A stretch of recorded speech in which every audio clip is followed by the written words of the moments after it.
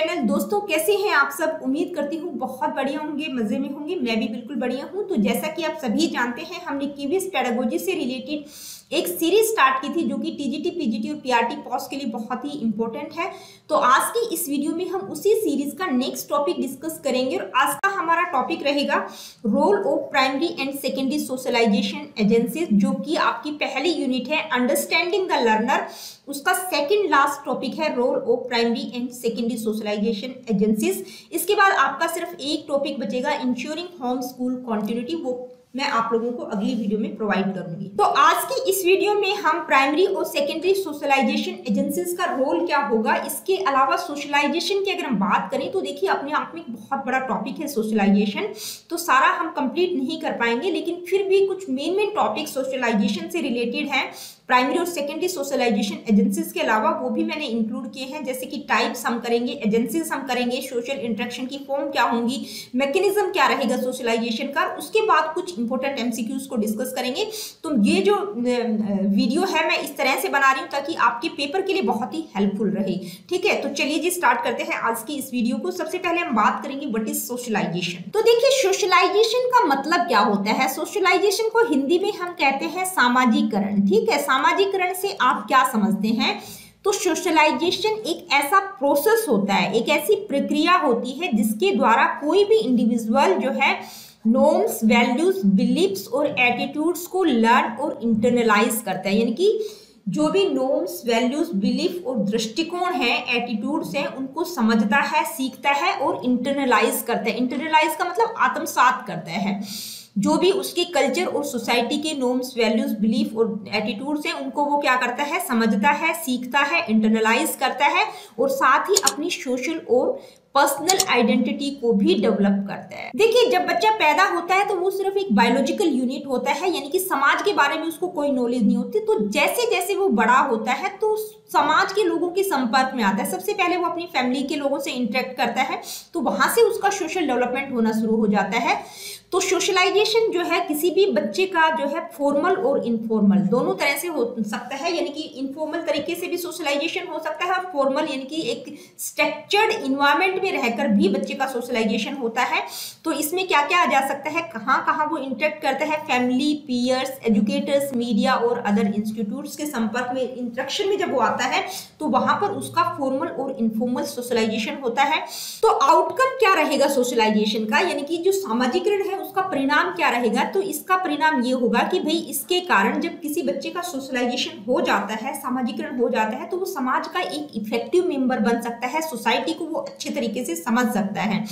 तो सोशलाइजेशन एक life long process होता है जिसमें जो है किसी भी इंडिविजुअल की जो सोशल टेंडेंसीज है, जो सामाजिक प्रवृत्तियां हैं, उनको शेप दी जा सकती है ताकि वो समाज का एक यूजफुल और प्रोडक्टिव मेंबर बन सके। ठीक है, आई होप कि सोशलाइजेशन का मतलब क्या होता है ये आप लोगों को अच्छे से समझ आया होगा। अब हम बात करेंगे एजेंट्स या एजेंसीज क्या क्या हो सकती हैं सोशलाइजेशन की, यानी कि सामाजिकरण की एजेंसीज या संस्थाएं कौन कौन सी हो सकती हैं।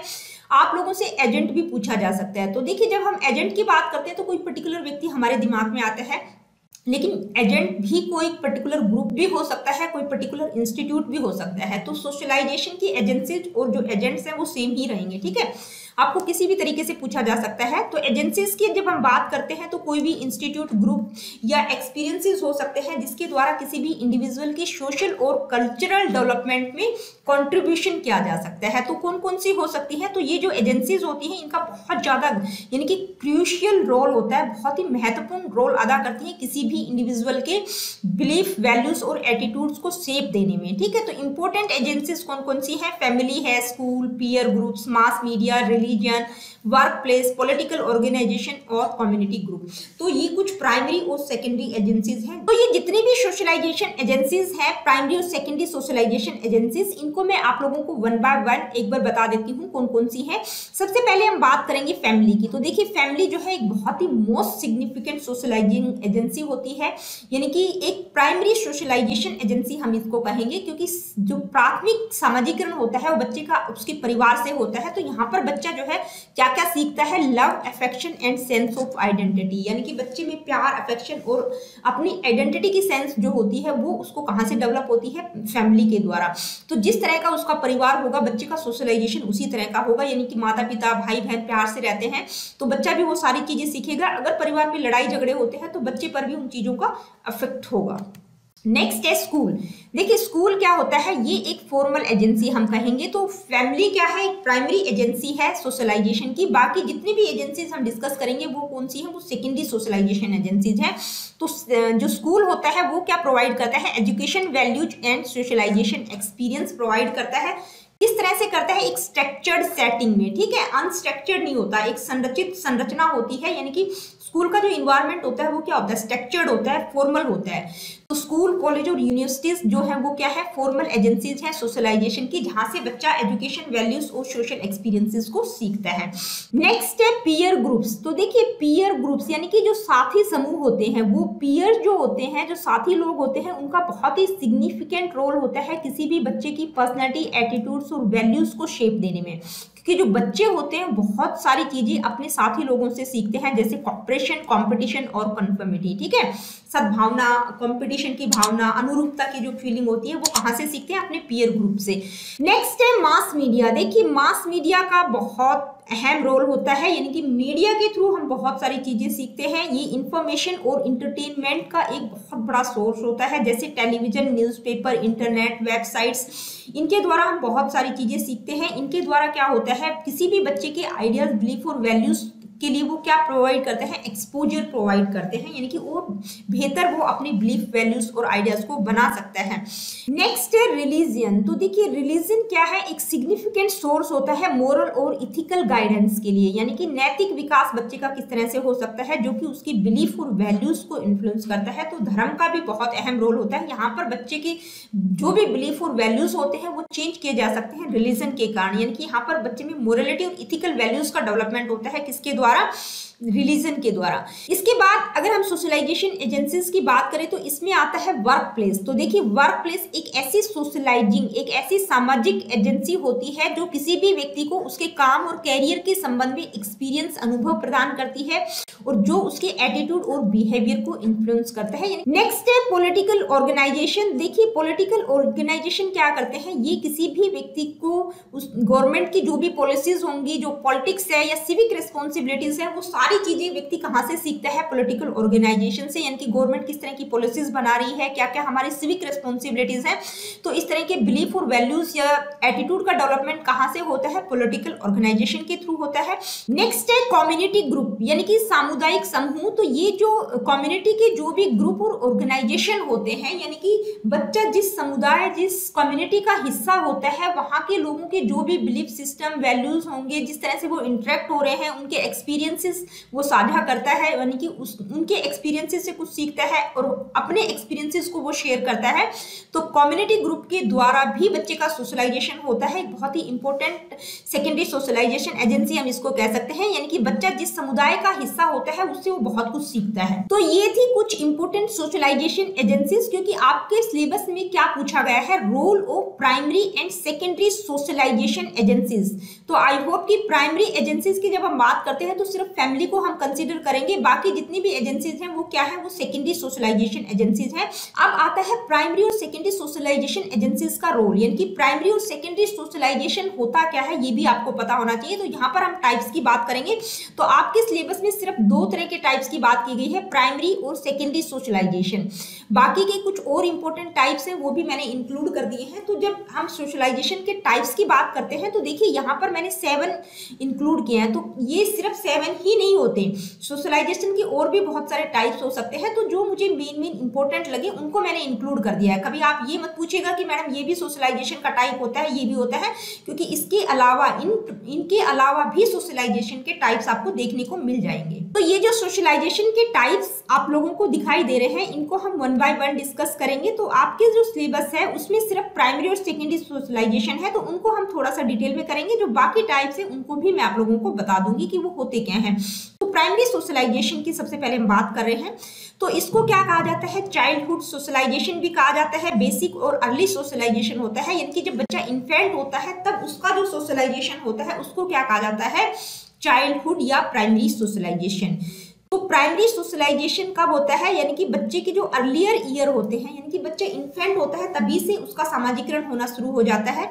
It happens during infancy and childhood. ये आप लोगों को पता होना चाहिए कि जो प्राइमरी सोशलाइजेशन होता है वो कब होता है, इन्फेंसी और चाइल्डहुड के दौरान बच्चे का प्राइमरी सोशलाइजेशन होता है।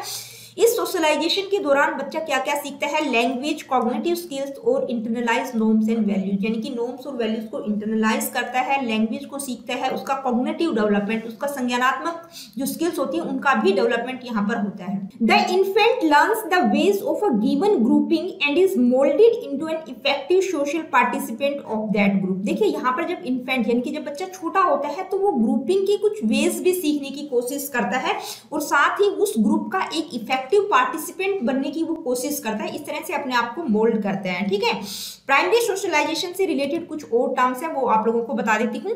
The norms of society become part of the personality of the individual, यानी कि यहाँ पर जो भी नॉर्म्स होती हैं सोसाइटी की वो उस इंडिविजुअल की पर्सनैलिटी का पार्ट बन जाती है, यानी कि उनको वो इंटरनलाइज कर लेता है। जो भी नॉर्म्स, वैल्यूज, बिलीफ और एटीट्यूड होगा उनको वो क्या कर लेता है, इंटरनलाइज कर लेता है, तो वो उसकी पर्सनैलिटी का एक हिस्सा बन जाती है। The child does not have a sense of wrong and right. देखिए प्राइमरी सोशलाइजेशन के दौरान यानी कि जब बच्चा छोटा होता है तो उसको सही और गलत की समझ नहीं होती। वो सही और गलत की समझ कैसे पैदा करता है, डायरेक्ट और इनडायरेक्ट ऑब्जर्वेशन और एक्सपीरियंस के द्वारा, यानी कि बच्चे के परिवार में जो जो वो देखता है, सुनता है, ऑब्जर्व करता है, तो उसके थ्रू उसको सही और गलत की पहचान होती है, यानी कि सही करने पर क्या होगा और गलत करने पर उसी से वो एनालाइज करता है।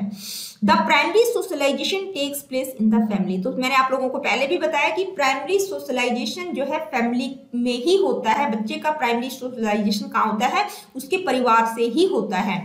For example, a very young child in a family has little knowledge of it culture. It is through the family that the child gets to know what is accepted and what is not in a particular society। यानी कि बच्चे के बारे में जब हम बात करते हैं तो उसको कल्चर के बारे में कोई नॉलेज नहीं होती। ये सारी चीजें अपने परिवार से वो सीखता है कि भाई किस चीज को एक्सेप्ट किया जाना है और किस चीज को एक्सेप्ट नहीं करना पर्टिकुलर सोसाइटी में, ठीक है। तो वो ये सारी चीजें कहाँ से सीखता है, अपने परिवार से सीखता है। अब हम बात करेंगे सेकेंडरी सोशलाइजेशन क्या होता है। तो देखिए सेकेंडरी सोशलाइजेशन क्या होता है, ये सेकेंड टाइप का सोशलाइजेशन होता है जो कि प्राइमरी सोशलाइजेशन के बाद होता है। इसको एडल्टहुड सोशलाइजेशन भी कहा जाता है। ये कब होता है, जब बच्चा चाइल्डहुड की फेज में होता है, यानी कि बाल्यावस्था से उसका सेकेंडरी सोशलाइजेशन होना शुरू हो जाता है और लेटर मैच्योरिटी तक रहता है, यानी कि जब तक वो मर नहीं जाता तब तक उसका सेकेंडरी सोशलाइजेशन होता रहता है, ठीक है। It refers to the process that begins in the later years through agencies such as school and peer groups. तो फैमिली में क्या होता है, प्राइमरी सोशलाइजेशन होता है, लेकिन जो सेकेंडरी सोशलाइजेशन की शुरुआत होती है वो चाइल्डहुड, यानी कि जब बच्चा स्कूल में जाने लग जाता है या अपने साथी लोगों के संपर्क में होता है तब उसका जो है सेकेंडरी सोशलाइजेशन स्टार्ट हो जाता है। During this phase more than the family some other agents of socialization like the school and peers group begin to play a role in socializing the child. देखिए इस फेज में यानी कि बच्चा जब स्कूल जाने लग जाता है तो फैमिली की बजाय जो है स्कूल और उसके जो साथी लोग हैं उनका ज्यादा इन्फ्लुएंस रहता है उसको सोशलाइज करने में। तो सेकेंडरी सोशलाइजेशन से रिलेटेड कुछ और टर्म्स यहाँ पर मैं आप लोगों को बता देती हूँ। देखिए स्कूल की अगर बात करें तो स्कूल किस तरह से बच्चे की सेकेंडरी सोशलाइजेशन में हेल्प करता है, यानी कि स्कूल के द्वारा बच्चा जो है यूनाइटी यानी कि और कोहेजन यानी कि एकजुटता और एकता की भावना का विकास बच्चे में कहां पर होता है, स्कूल में। उसका क्या इंपॉर्टेंस होता है यूनाइटी और कोहेजन का, वो बच्चा स्कूल से सीखता है। इसके अलावा जो है इंटरेक्शन के द्वारा, यानी कि बच्चा जब दूसरे बच्चों के संपर्क में आता है तो दूसरे बच्चों से इनफॉर्मल तरीके से भी वो कुछ ना कुछ सोशल रूल्स को सीखता है। Schools teach new behaviours and rules to children and expect them to act accordingly. तो स्कूल में बच्चा जो है नया व्यवहार करना और नए नए रूल सीखता है। साथ ही स्कूल जो है एक्सपेक्ट करता है बच्चों से कि जो कुछ उनको सिखाया जा रहा है उसको वो फॉलो करें। Socialisation generally refers to the social training received by the child in institutional और formal settings and continues throughout the rest of his life. देखिए, जब हम सेकेंडरी सोशलाइजेशन की बात कर रहे हैं तो ये क्या है, ये फॉर्मल सेटिंग्स यानी कि औपचारिक तरीके से बच्चे को सोशल ट्रेनिंग दी जाती है। और ये जो सोशलाइजेशन होता है, सेकेंडरी सोशलाइजेशन, ये थ्रू आउट लाइफ चलता है, कॉन्टिन्यूस प्रोसेस होता है, यानी कि जब तक व्यक्ति की डेथ नहीं हो जाती तब तक उसका सेकेंडरी सोशलाइजेशन होता रहता है। तो ये था प्राइमरी और सेकेंडरी सोशलाइजेशन। तो आपके सिलेबस में सिर्फ प्राइमरी और सेकेंडरी सोशलाइजेशन की बात की गई है। पूछा क्या गया है, role of primary and secondary socialization agencies. तो देखिए, हमने प्राइमरी और सेकेंडरी सोशलाइजेशन एजेंसीज को भी डिस्कस किया है और टाइप्स को भी डिस्कस हम कर रहे हैं। तो प्राइमरी और सेकेंडरी सोशलाइजेशन होता क्या है वो हमने देखा। अब हम बात करेंगे इनका रोल क्या रहेगा, प्राइमरी और सेकेंडरी सोशलाइजेशन एजेंसीज का। तो ये दोनों ही जो है बहुत इंपॉर्टेंट है। प्राइमरी और सेकेंडरी सोशलाइजेशन एजेंसीज बहुत ही महत्वपूर्ण रोल अदा करती हैं किसी भी इंडिविजुअल की आइडेंटिटी और सोशलाइजेशन के लिए। तो प्राइमरी सोशलाइजेशन की अगर हम बात करें तो इसमें क्या आता है, यानी कि ये क्या करती है प्राइमरी सोशलाइजेशन एजेंसीज की। जब हम बात करते हैं तो इसमें मेनली हम बात करते हैं फैमिली की, ठीक है। तो फैमिली एक महत्वपूर्ण प्राइमरी सोशलाइजेशन एजेंसी है। यहाँ पर बच्चे का इनिशियल इंट्रोडक्शन होता है किससे, नॉर्म्स, वैल्यूज, बिलीफ और एटीट्यूड से। उसके कल्चर और सोसाइटी के जो भी नॉर्म्स, वैल्यूज, बिलीफ, एटीट्यूड है उसके बारे में उसको इनिशियल इंट्रोडक्शन होता है।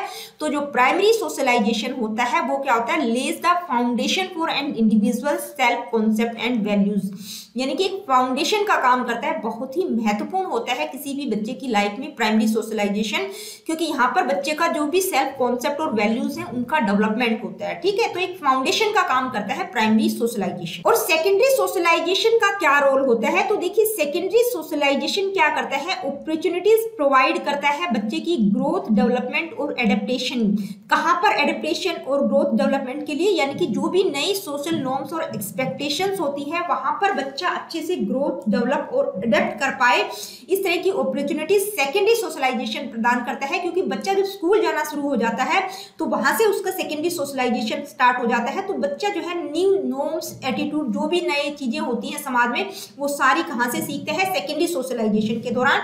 तो सेकेंडरी सोशलाइजेशन क्या करता है, refine and reinforce these belief and attitudes, यानी कि जो भी बिलीफ और एटीट्यूड है उनको रिफाइन और रीइंफोर्स करता है, यानी कि उनको परिष्कृत और पुनर्बलित करता है, उनमें रिफाइनमेंट का काम करता है और एक तरह से पुनर्बलन का काम करता है सेकेंडरी सोशलाइजेशन। तो ये था प्राइमरी और सेकेंडरी सोशलाइजेशन और रोल क्या रहेगा प्राइमरी और सेकेंडरी सोशलाइजेशन एजेंसीज का। लेकिन थोड़ा सा इस टॉपिक को हम डिटेल में करेंगे। तो अभी हम बात करेंगे थर्ड टाइप की, यानी कि एंटीसिपेटरी सोशलाइजेशन। देखिए, आपके एग्जाम में कुछ भी पूछा जा सकता है। सोशलाइजेशन की हम बात करें तो सोशलाइजेशन अपने आप में एक बहुत बड़ा टॉपिक है, ठीक है। तो एंटीसिपेटरी सोशलाइजेशन क्या होता है, एंटीसिपेटरी सोशलाइजेशन को हिंदी में हम कहेंगे प्रत्याशा सामाजिकरण, ठीक है। प्रत्याशा, एंटीसिपेटरी का मतलब होता है प्रत्याशा, सोशलाइजेशन का मतलब होता है सामाजिकरण।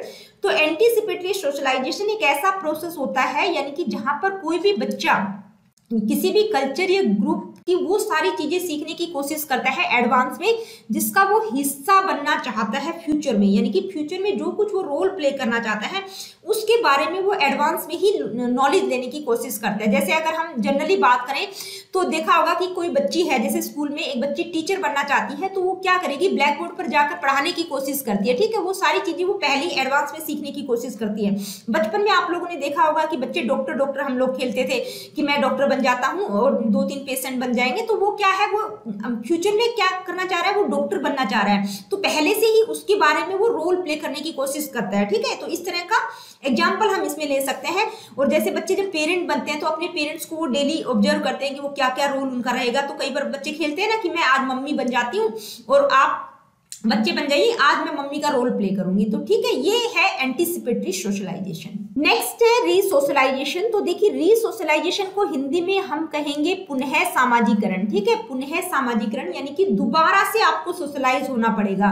तो इस तरह के सोशलाइजेशन की जरूरत कहाँ पड़ती है, जैसे कोई बच्चा है बड़ा होके वो आर्मी में चला जाता है, यानी कि फौज में भर्ती हो जाता है, तो वहां पर उसको रीसोशलाइज होना पड़ता है, क्योंकि आर्मी के जो भी रूल्स नॉर्म्स होंगे उसको पूरी तरह से फॉलो करना पड़ता है। या किसी रिलीजियस ग्रुप का हिस्सा बन जाता है, या कोई व्यक्ति जेल में चला जाता है तो वहां पर उसको रीसोशलाइजेशन की की जरूरत होती है, ठीक है। वहां पर वो वही चीजें सीखता है जो कि उसको सिखाई जाती है, ठीक है।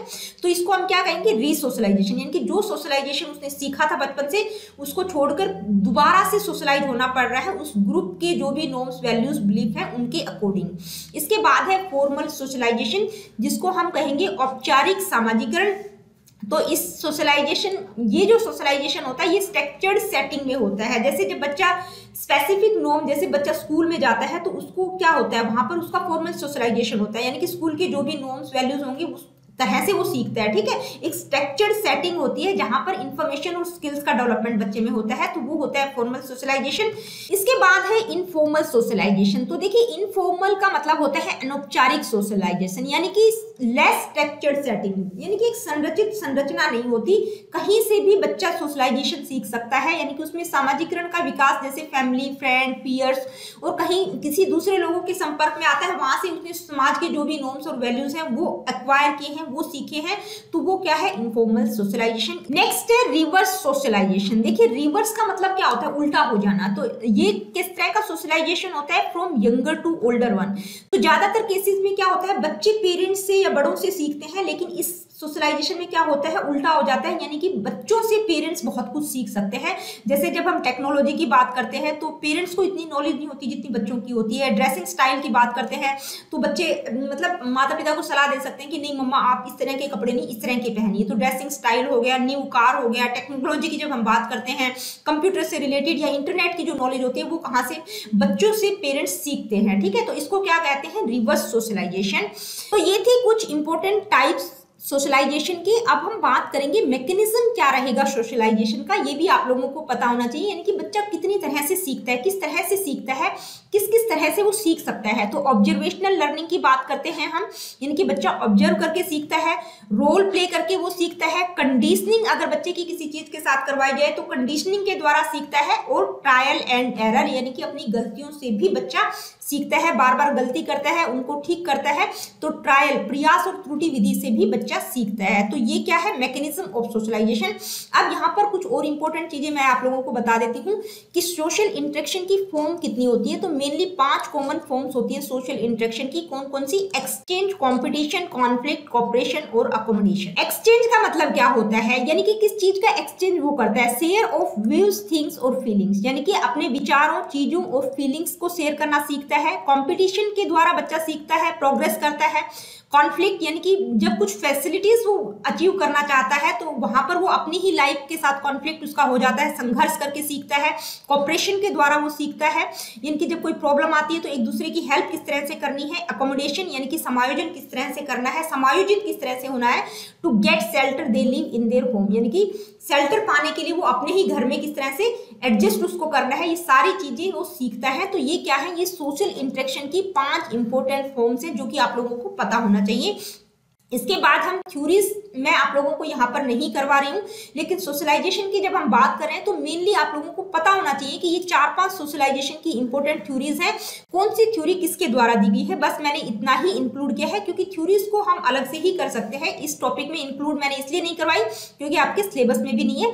तो आप लोगों को पता होना चाहिए कि ये जो थ्योरीज हैं, कौन सी थ्योरी कौन से साइकोलॉजिस्ट के द्वारा दी गई है। तो ग्लास सेल्फ थ्योरी जो है हॉर्टन कूले के द्वारा दी गई है। आई एंड मी थ्योरी जो है जी.एच. मीड के द्वारा। Operant conditioning theory BF. Skinner के द्वारा। इकोलॉजिकल थ्योरी ऑफ सोशलाइजेशन ये दी गई है यूरी ब्रॉन फैन ब्रेनर के द्वारा। तो ये था आपका पूरा सोशलाइजेशन का टॉपिक। देखिए इंपॉर्टेंट चीजें मैंने पूरी इंक्लूड की है, जो भी इंपॉर्टेंट मुझे लगा वो यहाँ पर मैंने इंक्लूड किया है सोशलाइजेशन से related.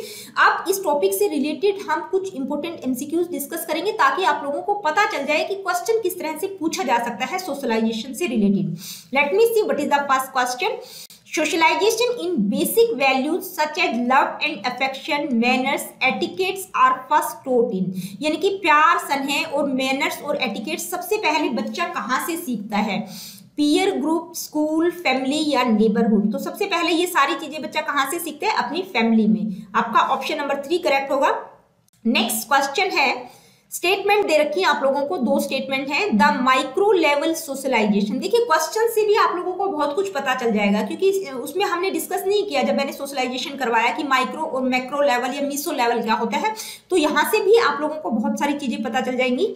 The micro level socialization entails small group interaction. This level is vital because face-to-face, intense and intimate interaction forms the basic formulation. यानी कि जो माइक्रो लेवल सोशलाइजेशन होता है, जिसको हम क्या कहेंगे, सूक्ष्म स्तर का सामाजिकरण, जिसमें समूह की बातचीत यानी कि छोटे स्तर पर होता है, जिसमें फेस टू फेस इंटरेक्शन होता है, इंटेंस और इंटीमेट इंटरेक्शन फॉर्म होती है, तो इसको हम क्या कहते हैं, माइक्रो लेवल, जो कि स्मॉल ग्रुप्स में होता है। ठीक है, दूसरी स्टेटमेंट क्या है, meso level socialization units are intermediate size social units, यानी कि इंटरमीडिएट की होती है मेसो लेवल की सोशलाइजेशन, और smaller than macro level but larger than micro units. तो देखिए मैक्रो का मतलब जो बड़े लेवल पर सोशलाइजेशन होता है उसको हम क्या बोलते हैं, मैक्रो लेवल, और जो छोटे लेवल पर होता है उसको हम क्या कहते हैं, माइक्रो लेवल।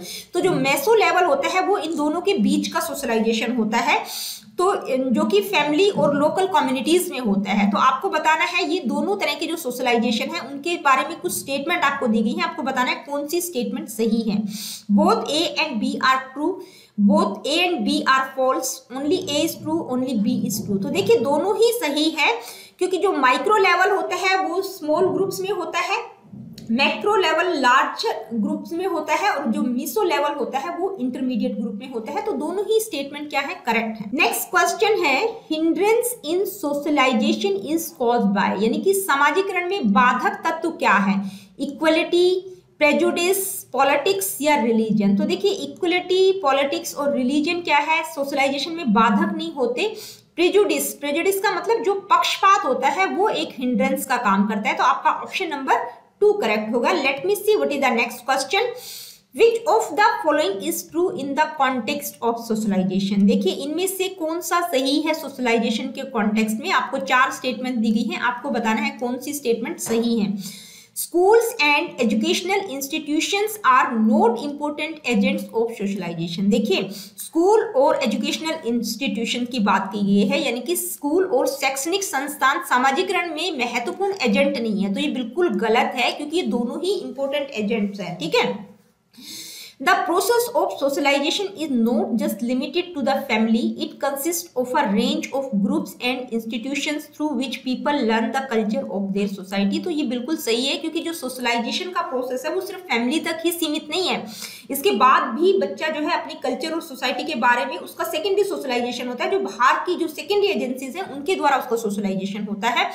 नेक्स्ट है, media helps children to directly interact with the world through various online portals, यानी कि जो मीडिया है विभिन्न ऑनलाइन पोर्टलों के माध्यम से बच्चों को सीधे दुनिया से जोड़ने में मदद करता है। तो बिल्कुल सही है, सेकंड भी बिल्कुल सही है, यानी कि मीडिया का तो बहुत अहम रोल है, यानी कि जो कि ऑनलाइन पोर्टल से बच्चों को इंटरेक्ट करता है। तो आपका ऑप्शन नंबर 4 करेक्ट होगा, बोथ 2 and 3, यानी कि दूसरा और तीसरा दोनों ही ऑप्शन करेक्ट है।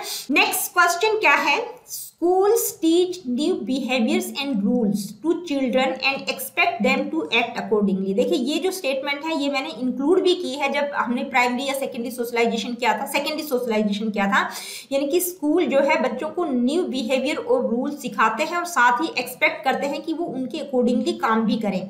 The school is acting as an agency of socialization. तो जो स्कूल है वो कौन सी एजेंसी है सोशलाइजेशन की, प्राइमरी, कंस्ट्रक्टिव, सेकेंडरी या एनालिटिक। तो कौन सी एजेंसी है, सेकेंडरी एजेंसी है सोशलाइजेशन की। स्कूल क्या है, सेकेंडरी एजेंसी है। नेक्स्ट क्वेश्चन है, refers to the learning that children undergo when they enter social institutions such as school, यानी कि उस लर्निंग को क्या कहा जाएगा जब बच्चा जो है दूसरे सोशल इंस्टीट्यूशन जैसे स्कूल में प्रवेश करता है, तो वहां से जब बच्चा सीखता है तो वो किस तरह का सोशलाइजेशन होता है, उसको क्या कहेंगे, maturation, passive socialization, primary socialization या सेकेंडरी सोशलाइजेशन। तो देखिए जब प्राइमरी और सेकेंडरी की बात करते हैं तो प्राइमरी सोशलाइजेशन सिर्फ बच्चे का जो है फैमिली के दौरान होता है, यानी कि जब वो अपनी फैमिली में होता है तो उसका प्राइमरी सोशलाइजेशन होता है। और बाकी जो भी एजेंसीज थी वो सेकेंडरी सोशलाइजेशन एजेंसीज थी, जैसे स्कूल है, मीडिया है, कम्युनिटी ग्रुप है या पॉलिटिकल ऑर्गेनाइजेशन है, तो ये क्या है, ये सेकेंडरी सोशलाइजेशन एजेंसीज हैं। तो स्कूल क्या है, स्कूल जो है, स्कूल या दूसरी तरह के इंस्टीट्यूट हो गए, वो क्या है, सेकेंडरी सोशलाइजेशन। हाँ, बच्चा का सेकेंडरी सोशलाइजेशन होता है, तो आपका ऑप्शन नंबर 4 करेक्ट होगा। नेक्स्ट क्वेश्चन है, which of the following are the major socialization agencies. देखिए कौन कौन सी मेजर सोशलाइजेशन एजेंसीज हैं, community, family, formal educational institutions, all of the above. तो ये सारी ही क्या है, ये सोशलाइजेशन एजेंसी है, तो आपका ऑप्शन नंबर 4 करेक्ट होगा। नेक्स्ट क्वेश्चन क्या है, आइए देखते हैं। A child made to leave home to stay in a boarding school with the anticipation of better socialization. This is an example of socialization. देखिए एक जो बच्चा है वो घर को इसलिए छोड़ता है बोर्डिंग स्कूल में जाने के लिए, उसकी एंटिसिपेशन का मतलब उसकी होप है, उसकी इच्छा है कि उसका जो सोशलाइजेशन है वहां पर ज्यादा अच्छा होगा बोर्डिंग स्कूल में।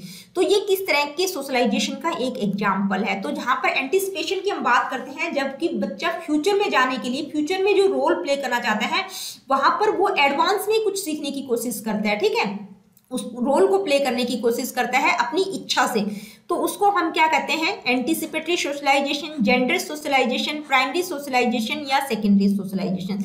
तो एंटीसिपेशन की बात की गई है, कौन सा होगा, anticipatory socialization. Let me see what is the next question.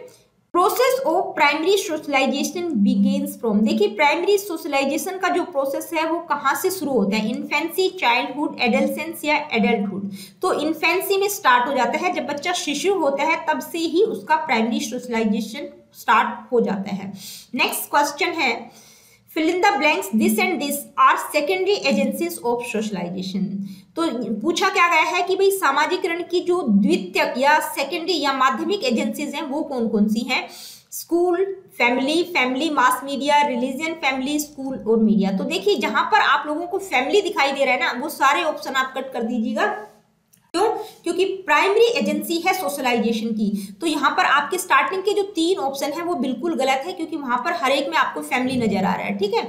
तो क्या आएगा, स्कूल एंड मीडिया, ये दोनों ही सेकेंडरी सोशलाइजेशन एजेंसीज हैं, तो आपका ऑप्शन नंबर 4 करेक्ट होगा। तो दोस्तों आज की वीडियो में इतना ही। अगली वीडियो में हम इसी सीरीज का नेक्स्ट टॉपिक डिस्कस करेंगे, और हमारा जो नेक्स्ट टॉपिक होगा वो होगा इंश्योरिंग होम स्कूल कॉन्टिन्यूटी, यानी कि इस यूनिट का जो पहली यूनिट है उसका लास्ट टॉपिक रहेगा, वो कल मैं आप लोगों को प्रोवाइड कर दूंगी। इसके बाद हम सेकेंड यूनिट को स्टार्ट कर देंगे, ठीक है।